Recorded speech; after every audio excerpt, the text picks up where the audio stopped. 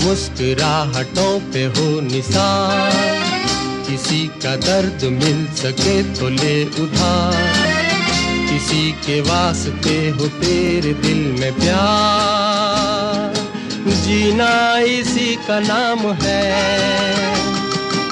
मिटे जो प्यार के लिए वो जिंदगी, जले बाहर के लिए वो जिंदगी, किसी को हो ना हो हमें तो एतबार, जीना इसी का नाम है।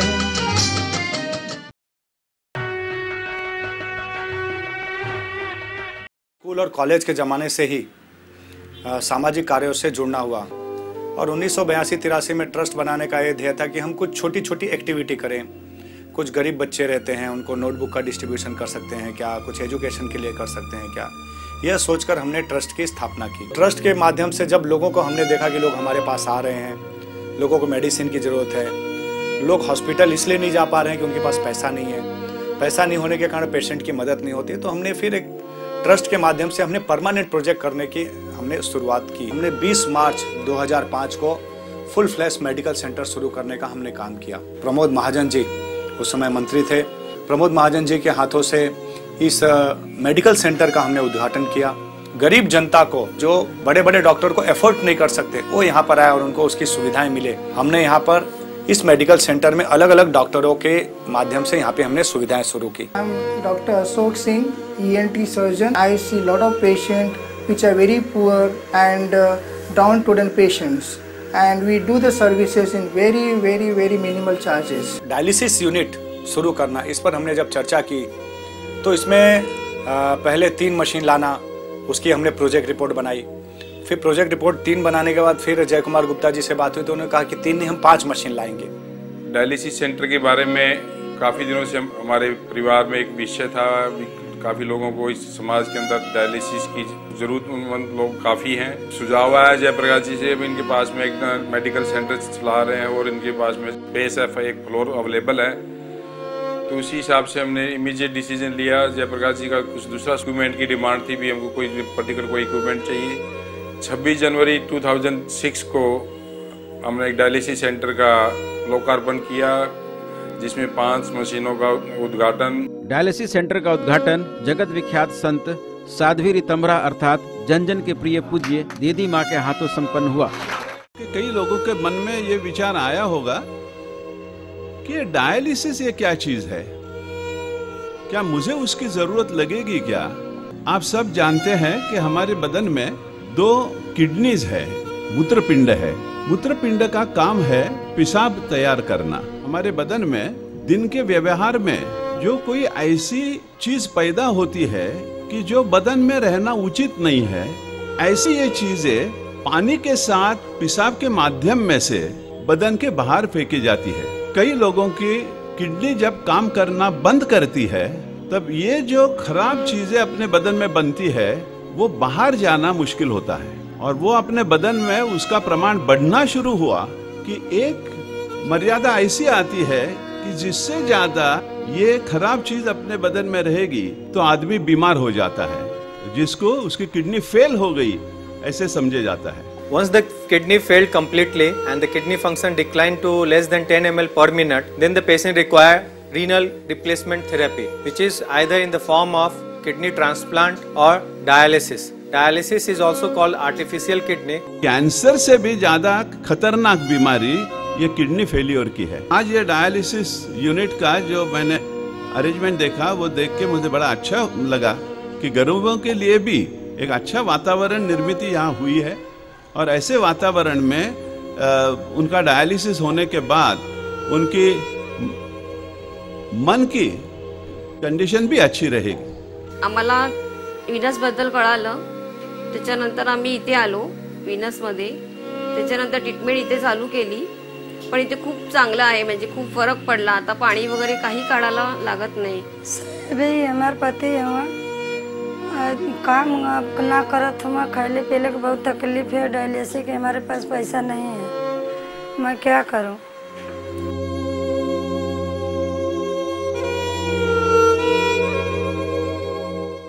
बड़े तो बड़े छोटों को भी किडनी की बीमारी अपनी चपेट में लेती जा रही है।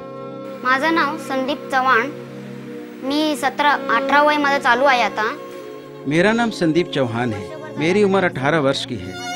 मैं वर्ष भर से डायलिसिस पर हूँ। पहले नायर हॉस्पिटल में मेरी डायलिसिस चालू थी, पर मरीजों की संख्या बढ़ने से मुझे वहाँ से हटा दिया गया।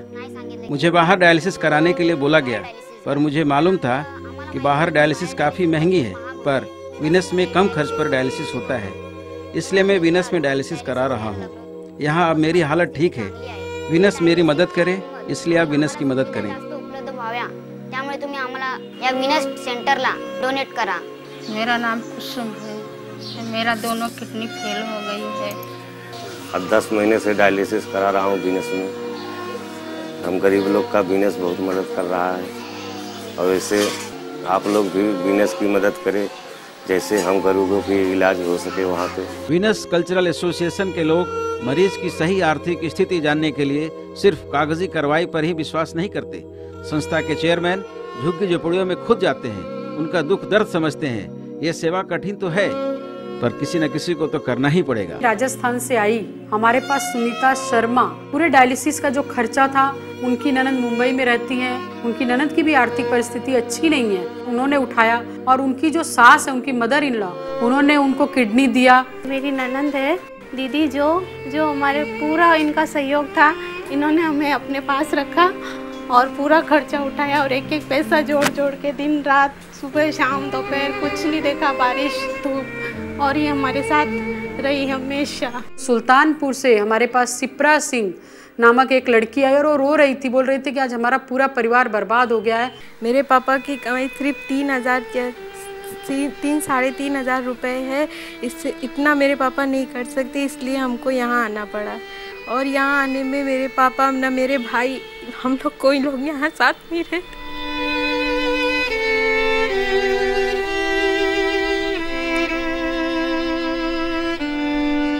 कौन रखेगा इनके सर पे सहारे का हाथ।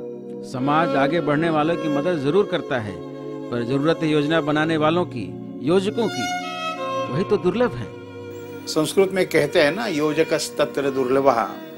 जयप्रकाश जी परिश्रम कर रहे हैं, अपनी बुद्धि की कुशलता से कर रहे हैं, उन्होंने अच्छा संगठन बनाया है इस काम के लिए, लेकिन आखिर इसमें और सहयोग जिनके पास धन है और जो चाहते हैं कि गरीबों की प्रामाणिकता से सेवा हो, तो ऐसे लोगों ने भी आगे आकर अपना धन द्वारा भी इसको सहयोग देना चाहिए।